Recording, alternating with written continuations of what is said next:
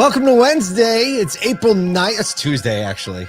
Did I just say Wednesday? Yeah, it's Tuesday, April 9th. I have Steve Greenfield in the studio to remind me what day it is. We're going to talk Top 150, Arizona Attorney General, the Delta Eclipse flight, and whatever else I can get Steve to talk on. Steve, welcome to the show this morning. How are you? Paul, it's good to be back. Good to be back. Thanks for having me. Oh, man, it's so great whenever Kyle gets out there on the road and I can finally do what I want on this show, which is have Steve on.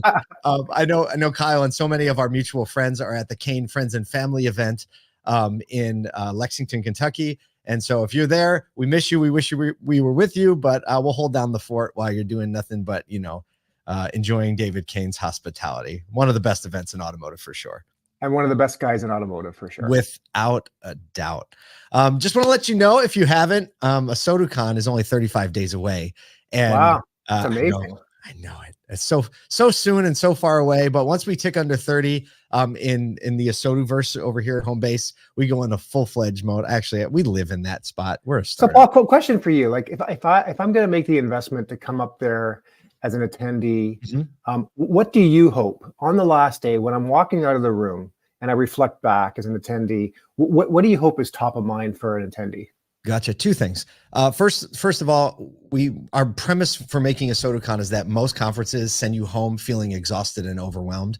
And so ASOTU CON is specifically curated to help you leave feeling energized and inspired. So I know it's kind of a high level thing, but that's the first win. If you're feeling energized, ready to get back in the store and make some change, or back to your industry partner, develop some products, serve dealers more, number one. The second thing right behind that only happens if you have an implementable thing. And I'm satisfied, and at ASOTU CON, we're satisfied with one, right? Everybody fill your notebook for sure. And people do.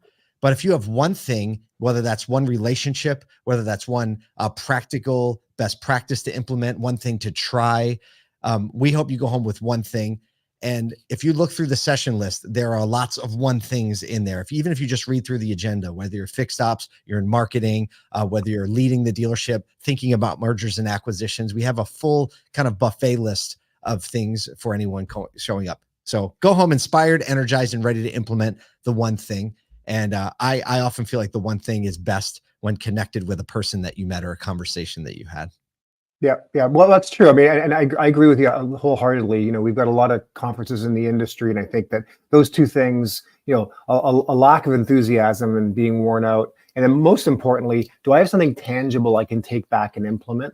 And if you can check both those boxes, I mean, kudos to you guys for doing this. Yeah. Well, we'll do our best, and I think anyone who was there last year is going to get a lot more and more intentionality of what you experienced last year. We've expanded into some breakfast sessions this year. We felt like that was an underutilized time at most conferences, knowing that half of the people won't come down to breakfast anyway, 2/3. So between 7 and 8 o'clock every day, there's something going on. On day one, there is a WOCAN, Women of Color Automotive Network breakfast, where they're going to have panels and their community is going to get together. Day two, the Maryland Auto Dealer Association is actually holding their annual meeting in one of the studio rooms. That's clever. Good for you. That's they reached out to us and they said, hey, because they showed up last year kind of like to kind of feel their way around, like who are these people? Like, what are they trying to do in our town? And saw a lot of value, built a great relationship. Yeah. So they're getting, actually, they said, like very higher than usual dealer turnout because of being tethered to events. So we're excited to host them. Also, this is an out of the box one. On day two, between 7 and 8, I am bringing the daily family therapist in for a session.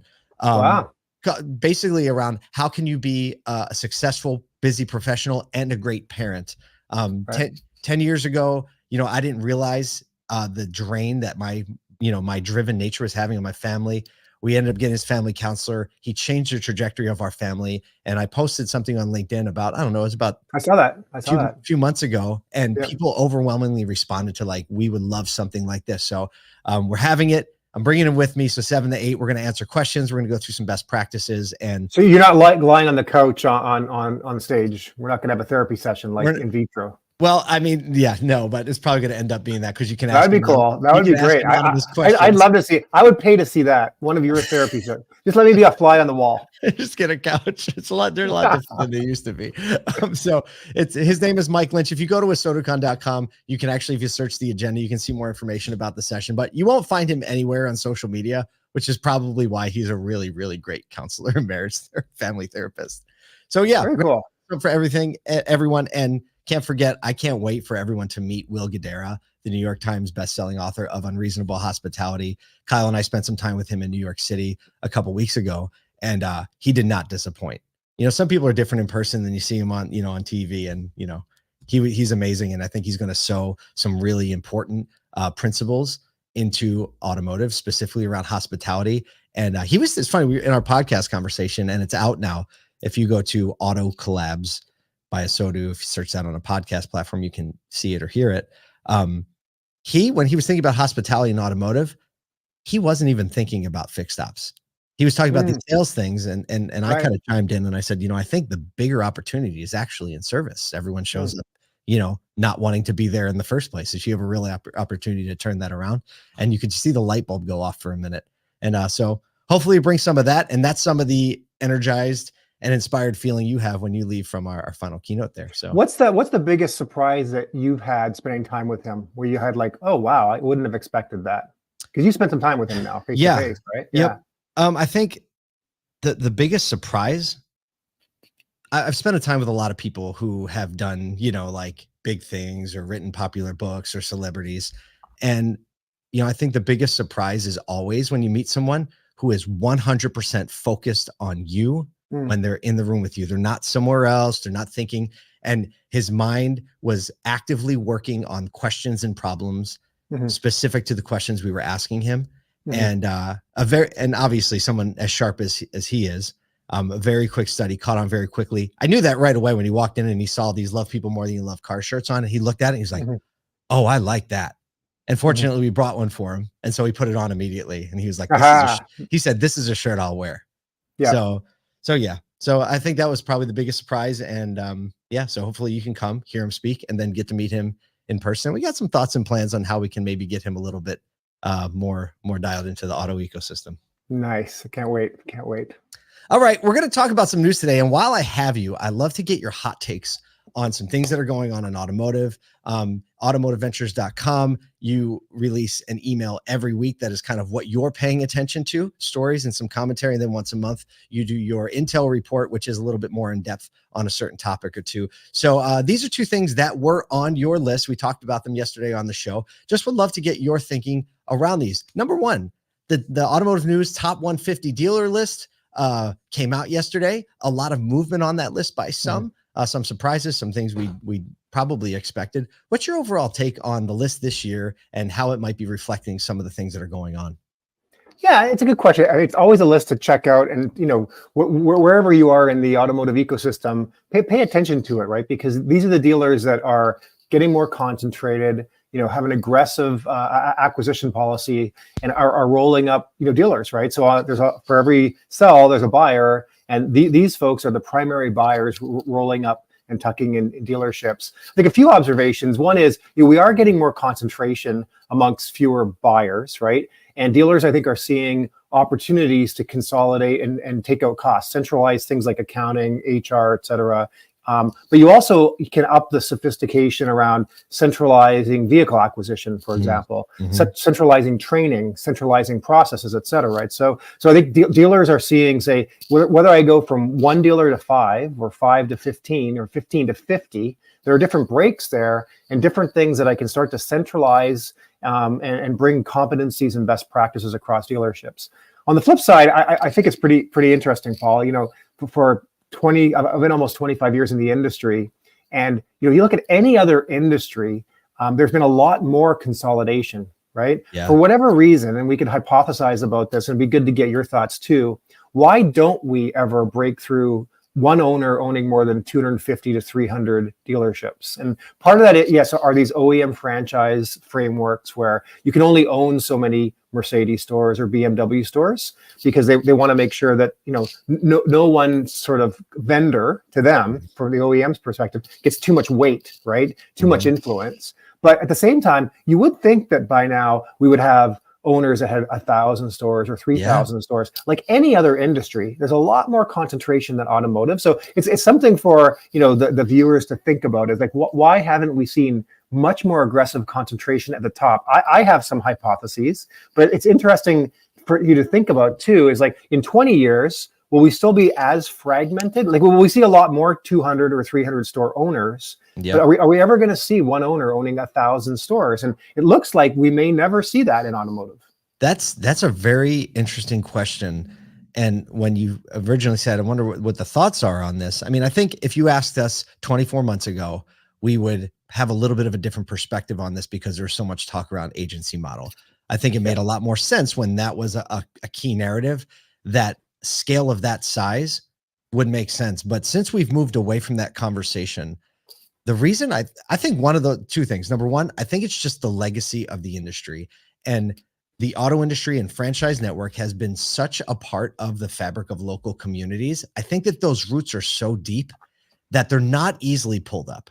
And I can't say the same, like, even if you think about some of the things that like a Walmart brought to the table when it came to like hardware stores and local things of that nature, they didn't have the kind of economic power that an auto dealership has. Therefore, I think they didn't have the economic impact that an auto dealership has. So I think that it's just like when you pull up something that has deep roots, you're like, oh, let me pull this one up and move it. And there are some things that look like they don't have that deep roots. And then when you realize, you start digging it up, you're like, look at this. And I think that's the auto industry. So I think that naturally slows the pace of it down. I also think it's very difficult to deliver at scale across multiple geographies. And I think that it's easy to underestimate that. I think that that's one of the founding reasons that OEMs understand they need dealers, because it is difficult to execute at scale across multiple ways. People are expected to do business. Driving habits, a big difference across the country. You go like to Oklahoma, and it's a lot different than you're going to get in Ohio, for instance. So those are a couple of things that come to top of mind when you ask that question. What's your prevailing thought? No, I think you're right too. I mean, I weigh more into the latter. We have some of the investors in our funds who are dealers who have bought stores outside of sort of their core geography, and then eventually divested them because it's just too much to manage them when they're too far remote, right? So I think that there is that. I mean, if you're like a Lithia or an AutoNation, you need to have a lot of systems and processes, and there's pros and cons of that, right? You lose some of what you mentioned, the former, the local sense of community, autonomy, decision making, et cetera. You can become the McDonald's of a dealership by having uniform processes across the nation, but it's really, really hard to implement those, given that there are strengths to having nuances and idiosyncrasies in local geographies, right? So I think, if you and I were running a big conglomerate of dealerships, we would wrestle with this, right? How much do you allow the local GM, the local management team, to have autonomy to cater to the needs in that local geography, versus how much do we centralize and have uniform processes across the nation? And I imagine there's a lot of conversations in these boardrooms of these larger dealer groups, especially the ones that are assimilating, right, and growing very quickly. Is like, how much do we start to implement uniform processes, right, or how much do we allow the autonomy of the local operator? And we see different philosophies, right? There are very different philosophies out there. I think there are pros and cons to each, but either way, you can't just, one size doesn't fit all. If it did, we would have the McDonald's of dealerships, and it just is not the way that the industry has played out. That's right. And that's why I also think that like the middle is getting so thick, right? We're starting to see these small groups become mid-sized groups. You're not talking about my waistline right now, right? No, definitely not. No, you're always looking trim and on the go. And so I think we're just starting to see a lot of that, like that center point. If you look at the difference between the rankings on this, between say like position 40 and position 70, you're going to see very little play in size, right? There's just, it could go either way just by, several hundred units or 1,000 units. And so I think this is a more rational way to scale. And a lot of these groups are scaling relatively regionally, Yep. right? 3 hours away, 5 hours away, Yep. right? Some of them even like leverage. I know one group, they leverage a private plane, and they have stores that are probably about 600 miles apart, and they'll visit all the regions, no problem, in one day, and be at home for dinner. So Yep. I think those are going to continue. We'll see. And 1,000's a long way to go. I don't even know if Brian DeBoer's got the track speed in him to get to 1,000. We'll see. Well, we will he's see. definitely got the energy for it, though. We could do an over under on it, like, what does the industry look like in 10 or 20 years? But it'd be interesting to see what people think. But I think this would be a good topic of conversation. We could maybe foster some of this on LinkedIn and see what people think. That's a great conversation. Let's do that. Second story I want to talk about is Tesla's alleged decision to halt the production of its low-cost EV. Tesla hasn't said this is true yet, but Reuters cited 5 sources, 3 people, several documents say like, hey, they're laying off this, leaning into the robotaxi. Elon Musk came out shortly after this, said Reuters is lying as usual, and he also said we're going to show you the robotaxi on August 8th. What do you make of all this? Well, I mean, he's got to be challenged with, where Tesla is currently, right? I think a lot of the models are long in the tooth in terms of like they need a redesign. It hasn't really been Tesla's MO since the beginning to have redesigned models like other automakers. Part of the reason that they have higher operating profits. And, I think that he's been very clear that, their model is going to be like Gillette, right? Give away the razor, the handles, and sell the razor blades. In his case, the car is just a vehicle to deliver software. And he's always about full self-driving, and full self-driving is a future. And I think in the next breath he said by May 8th we're going to have an announcement about robotaxis, and what that means we don't know exactly. We don't think that's going to be a brand new car that's a robotaxi, just more progress around full self-driving. So I think that if he can get more vehicles into more consumers' hands and then upsell them software products, he can be valued as a tech company. The threat now is, does he start to look like an automaker with all an automaker's challenges? Mm-hmm. Hey, we're producing more vehicles than there's demand for, so we're sitting on inventory, so we need to discount those cars. Is there enough demand? He's got more competition in the EV space, so retrenching. And then you have the Chinese threat too. Mm-hmm. And he obviously spends time in China and is very close to China. There's really good quality product coming out of China at very, very low prices. Yeah. And he may have just realized now, I can't fight a price war with these folks. I got to stay with a premium vehicle. So imagine all these things are bouncing around in his head. I think in an ideal world, he would have a cheap car that he could effectively almost give away to folks and subsidize because he was making so much profit off of software. Yeah. And that has kind of been the vision and what Wall Street analysts have underwritten. And that's why he's got this crazy high valuation compared to their automakers. But I think he's starting to feel the strain of what the business model has to become. And I think that the threat is that he may start being looked upon and valued more like a traditional automaker. There's yesterday in the show, I said, it's very challenging to look at Tesla like an automaker. It's easy for one sense, right? They make cars and that's been their primary product.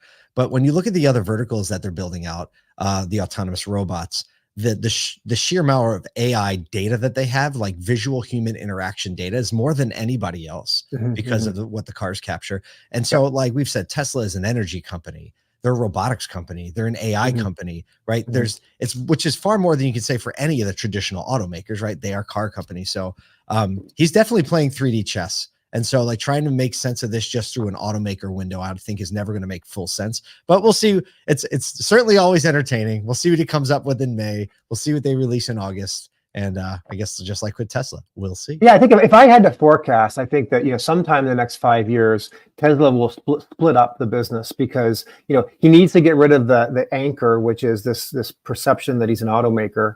And then to your point, free up these other assets. We're a battery technology company, we're a power company, we're an AI company, and a robotics company. And I think that, at some point, Wall Street analysts and investors will realize probably broken up, it's worth more than the sum of its parts. Yep. And then he can't be accused of being an automaker. Like, get rid of that. And he can say, like, look, that was phase 1 of our growth. Now we're on to phase 2. And being an automaker really doesn't really matter anymore. And, there's speculation that eventually, once he figures out full self-driving, that he'll license that to the other automakers who, by the way, have burned billions of dollars and don't see any closer to having a full self-driving technology. So we'll see how it plays out. But I would not be surprised if, like, the next 5 years, you see Tesla effectively start to split up the businesses to unlock value. Right on. All right. Where are we at? Oh, man, we'd like to talk. We're having a good time. All right, got 2 quick stories. So these are new ones. Desert Toyota in Tucson, Arizona has agreed to a $60,000 settlement for not honoring advertised prices, the Arizona Attorney General's office has reported. So basically, this store has allegedly left out mandatory accessory costs and reconditioning fees from online pricing. Very sensitive topic, but things like exterior protective coating, door edge guards, door cups, window tint, etc., saying these are mandatory expenses that were not disclosed as a cost of the vehicle that the customer could not decline. Attorney General Chris Maez stressed that advertised prices must include all mandatory add-ons. The store did not admit to wrongdoing, but opted to settle and resolve the matter, which is $48,000 in civil penalties, $10,000 for customer restitution, and $10,000 in legal fees. And they must now include all mandatory fees in advertised prices and preserve price quoting, customer communications. That means they keep every conversation they had for an entire year. Big conversation right now. And this is just one example, I think, where an attorney general said, we're going to, customer complaint. Attorney general said, we're going to make a ruling. Yeah. I mean, I think that your transparency for the consumer is tantamount. And I think that dealers, for the most part, try as much as they can to represent cars, whether it's online or in the showroom, with transparency. So good for the dealer to settle and move on. And hopefully, other dealers learn from this and just make sure that they continue to double down on transparency for the consumer. Yeah, I think that's going to be the name of the game. A lot of things going on this year. Cars rule going, stopping, going to pick back up. Right. A lot of conversation. It's so funny how fast that disappeared. From conversation. It was all we talked about. And then we got the one ruling. We were actually in DC the day we got the stay, and Mike Stanton walked into where we were and he told us, before anybody knew about it. And I felt like within 3 days, no one even talked about it. Right. Yeah. I didn't even hear anything about it at NAD, but it certainly hasn't gone all the way away, and we'll be back to it. But yeah, this is just a little kind of thing out of Arizona to keep the fire burning. Last but not least, last time you were on, we talked about Delta shuttling people around in Porsches on the tarmac. I was like, great, another Delta story when Steve's going to be on. Yesterday, the big talk, we haven't even said the word until now, but $6 billion worth of consumer spending hit the market due to the total solar eclipse. Delta Airlines jumped on the action, offering a special flight from Dallas to Detroit, aligning with the path of the solar eclipse, giving passengers a once-in-a-lifetime experience at 35,000 feet. So passengers, excited children, Delta employees, they got all this pre-flight party gear. They got, solar glasses made by Warby Parker, branded Eclipse bags, moon pies, all the snacks. And, it was basically geared around creating an experience for its customers, right? It wasn't a big initiative, but, everybody got to see the eclipse. Delta doing what Delta does. I don't know if you got an invite for this, Steve, as one of their I did not. I have to admit, I did not. But one thing I can't reconcile. So you got out and saw the eclipse yesterday? Yes.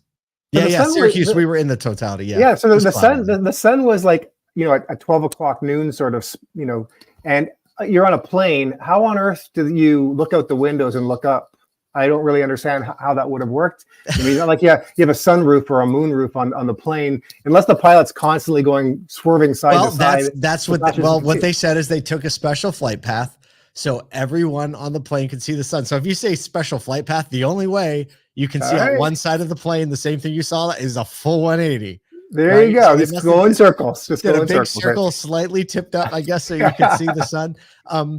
I will say I read a number of accounts of being on the flight, and I think that the general sentiment was like, I'll always remember it, but it wasn't that great. Yeah, right. Exactly. Yeah. Because I never actually got to see the sun on the flight. Yeah, right. Yeah. Were you in the path at all yesterday? We were close. I think we were 85% down here in Atlanta. So I didn't get right under, but it was cool. Definitely a memory. And I guess we're not going to see another one for 20 years or something. So I guess something like that. We watched it at my house. We have kind of overlooked this kind of valley. So we had a really clear view of one side versus the other side. So we could see dark on one side and light on the other side. Oh, wow. But it was kind of cloudy in Syracuse, go figure. So we were catching glimpses of it as the clouds, it was a full cloud cover. So it was fun. But the coolest part was how all the birds stopped chirping. Right. And were then all of a confused. sudden we heard this lone rooster somewhere just gonna be like, I'm about to wake everybody up. Something's Yeah, going on. exactly. Sun's up. Sun's up. Breakfast Yes. time. I know. Well, good on Delta for getting into that. Steve, as always, thanks for joining me in the show. Looking forward to seeing you in 35 days, and we'll touch base with you soon. Let's go on LinkedIn and start that conversation about who's going to get to 1,000 stores, if ever. Great.